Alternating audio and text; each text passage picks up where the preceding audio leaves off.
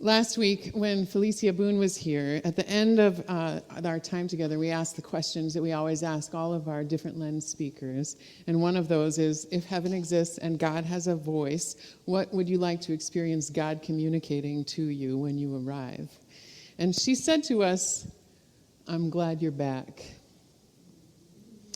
And then she said, and there's a story there.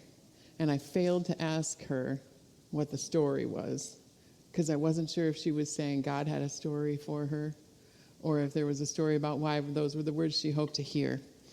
But I got to hear the story later, and so I'm going to tell it to you now. She talks about a time when she was in college, and I think she even talked during her speech about how she didn't go to, maybe it was she went to church in college, but then took a break afterwards. And said maybe a lot of us do that. And I thought to myself, well, I started in college. But for me, where I was in college, I only went to church if I was still awake from the night before. I was a big coffee at night drinker. So I would show up at church after sitting at the Village Inn for 8-9 hours playing whist after homework was done. And then I would run into my parents at church and they would say, wow, you're up early. And I would say, nope, I'm up late. I don't think people live like that very much anymore. But, the 90s. So she took this break from church, and she was working at this time at a retail store in the mall. And she said she heard a voice behind her that said to her, go home. And she turned around, and there was nobody there. And then she heard the voice again. And she says, and I knew it was God telling me to return to church. Yeah. It's just a wild, wild story. And so when she says, I'm glad you came back later on, when she arrives in heaven and God communicates with her, that's the story that she has in her mind. I tell you that story this week because here we have this story in John. It's part of, like I said, the farewell discourse, a long speech that John gives to Jesus' voice that is happening at near the last meal that Jesus is sharing with his disciples before he dies. I mean, here, I'll show you. Because this is one of those Bibles. I don't know where this Bible came from. It just showed up one day, so we use it up here. And it's one of those Bibles that has all of Jesus' words in red.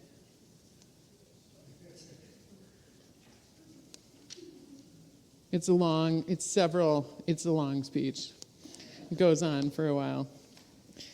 And he says a lot of different things. I sort of think of it as remember that book that came out a few years ago called The Last Lecture, the professor who got pancreatic cancer and then wrote this last lecture and then published it into a book. This is kind of like what the farewell discourse, as it's called in theological circles, is about. So in Jesus' last lecture, he's talking to his disciples about who they are to him, that they are his beloved friends, and he loves them, and he's asking them to abide in his love.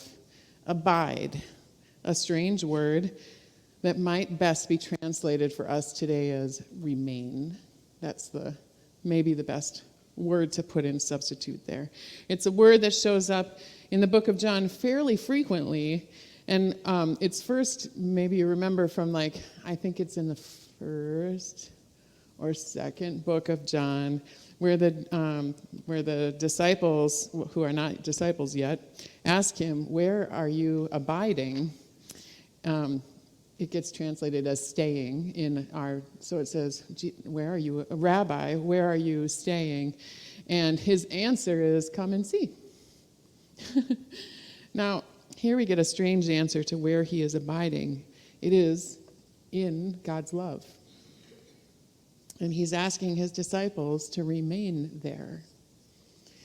And the text is a little circular, isn't it? It sounds a little funny. It's like, Father has loved me, and so I have loved you, and you should love one another as I have loved you. Remain in my love. And he commands them to do this, that they love one another. So do you think you can command a person to love? It doesn't work very well, does it? So that's a bit of a challenge. If it was that easy, right? Like, boy, those shows that some of us can't help watching, Love is Blind and Married at First Sight, would go a lot better if you could just command love. You wouldn't end up with 68 couples and only 8 of them remain married. But anyway.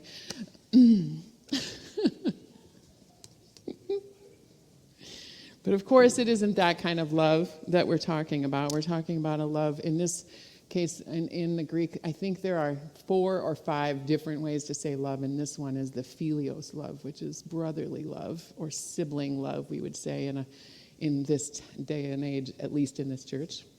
And so the word for Philadelphia is based on that, the city of siblingly love. Yep.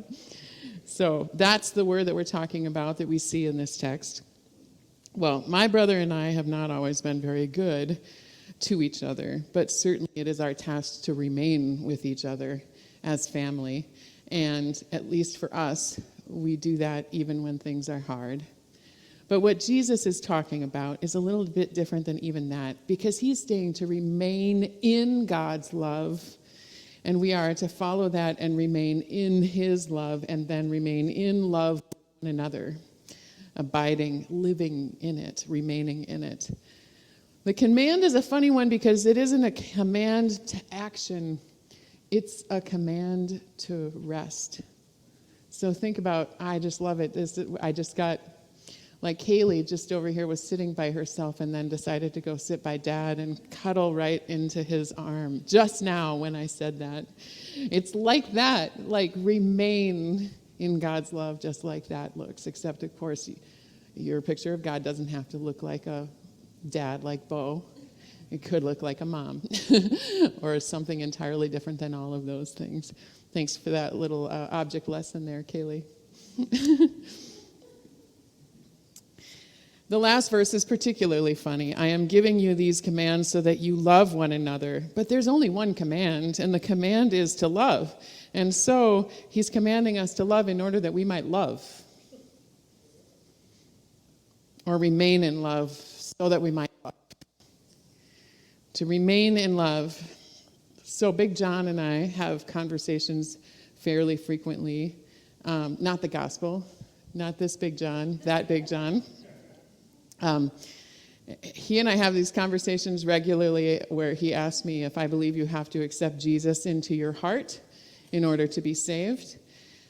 And my answer to that, in case you want to know too, is if you find it to be a helpful thing for you to experience God, then great. But no, I don't think it's a necessity in order to be saved, whatever that looks like. And I think this would be one of the texts that suggests something far more mystical than that.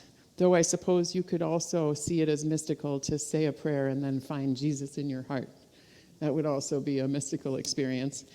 Instead, it's asking us to remain in God's love, as I keep saying. And as my favorite commentator that I talk about all, you should just assume that I have always at least borrowed a little bit from Debbie Thomas when I am giving you sermons, especially if they're good. And this would be from her 2021 article called It's All About Love. Abiding in something is not the same thing as emulating it. That seemed important and helpful to me. There's a text right before this that talks about us as like the vine. We are the vine, and He is the vine, and we are the branches. Jesus' love is not our example; it's our source. Then it is where our love originates, and it's where our love deepens. And so I would say that God's love is probably inside your heart already. You don't have to invite it in. And it doesn't need to be allowed in. It is also all around us because we are inside of it too, as a center of a being that we connect to and are also a part of. God loves, Jesus lives in that love. The disciples remain with Jesus in Jesus' love, and they are also to love. And it's just love all around. Still, we find that love is hard. We prefer to surround ourselves, especially in these days, is when the algorithms are forcing us into these echo chambers, and we think it would be easier if we do that. But that's not what we're called to do, and it actually won't be easier. Even those echo chambers, even when we surround ourselves with people who are a lot like us, they still blow up in conflict. Just ask the Speaker of the House. For Felicia, she found at home that resting place in church. And she remains there because that is a place where she experiences God's love. Stay, see what love can look like. 3 other things that have come to mind for me as I've been pondering this text during this week. One is that over at Bethlehem, where we've been living hopefully into the last stages of a long transition, as a new lead pastor who preached here a couple weeks ago, Pastor Chris, spoke, as he lives into this role. This would be, once he's, sort of settled in, then I would hope that our transition time is less transition-y, but it takes some time. It's about 6 months in when you first start experiencing people who like the honeymoon is over. So you have to make it through that time before you hit the time when you can settle into it. But anyway, and maybe because of that, we have this consultant who's hanging out with us these days who talks about how there will always be challenge and adversity during this time when with this new leadership. And so she tells us that in this time it's important for us to get real close. That's the job. Get real close. That feels a little like what love looks like in a place like this when you are going to hit those hard times. And then in our neighboring practices team, every month when we go, we are asked to have conversations with people that we don't know very well in order to practice having conversations in the neighborhood with people that we don't know very well. And we're asked to sit literally close. We're asked to sit with our knees literally no more than 9 inches apart and to ask compelling questions as people tell their stories and ask them until you almost irritate people with one question being, why does that matter to you? And maybe those conversations are a part of what love looks like too. So I wonder if we could practice that today. I wonder if, for those of you who are in the room, for those of you online, maybe you can participate in the chat with each other. I hope you will do that. And Debbie will be back there hanging out, and she can hang with you too. And I wonder if you can find 2 people who you don't know super well and sit with your knees no more than 9 inches apart and speak to each other and listen and tell why it matters to you to be a part of a church community. Some of you have had an opportunity to tell that story a lot. And others maybe have never told your story. And maybe you're new to Spirit Garage, and so you haven't had a lot of time in this community, but I think it's the case with everyone that I know of. Everyone's been a part of a church. And so when has it mattered and why has it mattered to you to be part of a church community? And yeah, we're just going to take a couple minutes to have that conversation. So find someone to talk to. Be brave.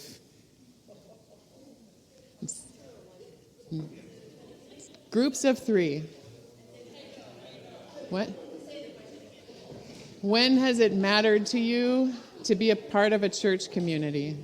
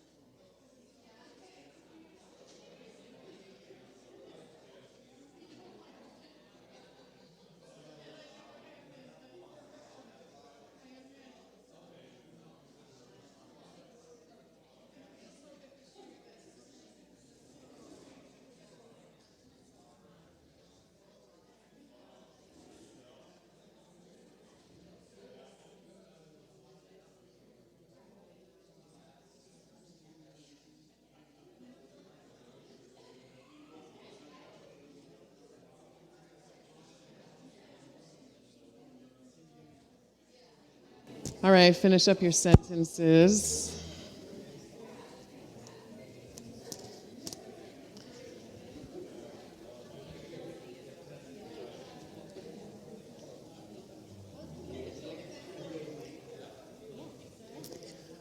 Oh, Miss John and Jim, I think. Bummer. All right.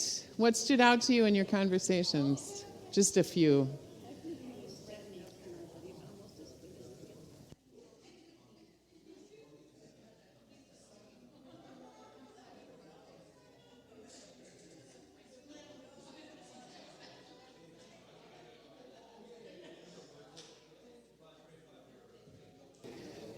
All right. Are we good? Thanks, everyone. It's so great that it's easy to do that here. All right. What stood out to you in your conversations?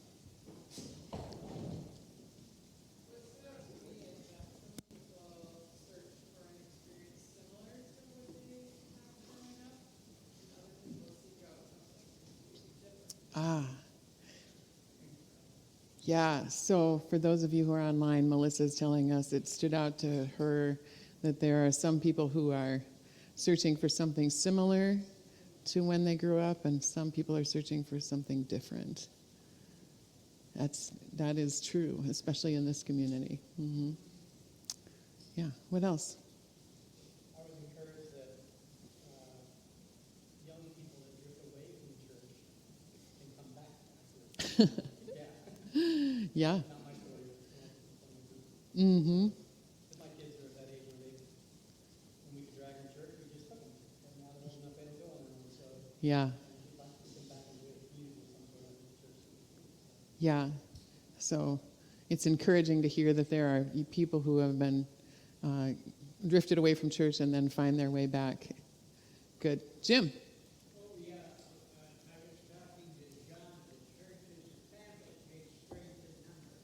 Ah, yes. The church is a family. It takes strength in numbers. That's great. Love it. Anything else? Yeah, Jessica.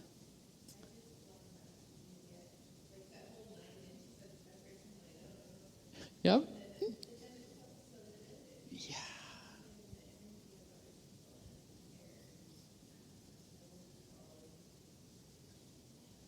Yep. So talking about how it's hard to sit 9 inches apart, or you can have some feeling like you want a larger bubble around you, but then it feels so good to have the energy of the people in here. That's great. Sort of why it matters that we're not in COVID anymore, and that at least you can show up and be in the room together. Not saying you have to, but you can. Okay? Any other things?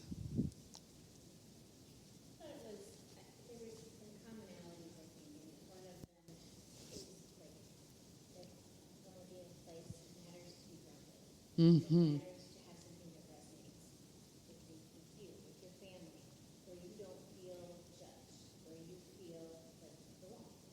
Yeah. A place where you feel grounded and like you belong and not judged. Right. John?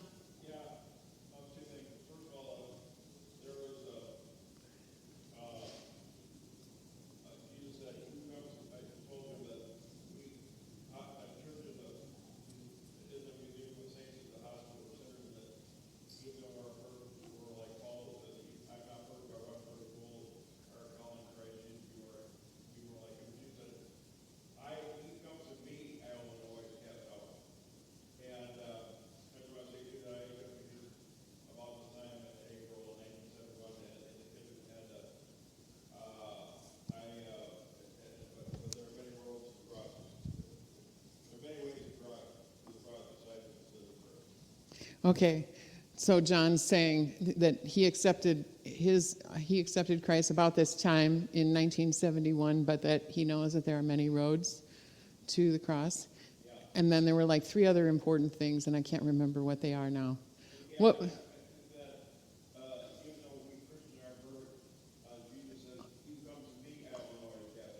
Yeah. Not a museum for saints, but a hospital for sinners. Yep. Great. Very good. Okay. I was also listening to NPR once this week, and I heard Rainn Wilson speak. He's that guy from The Office. And did anyone else hear this lecture or interview, I guess it was? He's written this book called Soul Boom. He's also written one called Soul Pancake. And it's actually on our list of things that we have voted on as a possibility for a book to read. So maybe it'll show up in the next one, too. We're reading Being Mortal right now. Anyways, he writes or was talking about how we are in need of this spiritual revolution. That's what the book is about. And he's talking about how the decline in religions and wondering about how this is related to the rise in a whole bunch of other things. Now, it's always hard to tell what causality is, but that we have this huge rise in mental health issues and especially anxiety at the same time as a decline in religions. And people belonging to collectives like this, right? What if it matters that we gather together and know each other? What if it matters that we remain together in God's love, that we get real close and sit with our knees no more than 9 inches apart, that we listen to each other? What if it actually can save us to love one another and to stay with one another and to stay connected to the source, to the ground of all being, to the love of God? What if it can save the whole world? Rabbi, where are you staying? They asked Jesus when they first heard him talk. Come and see, he said.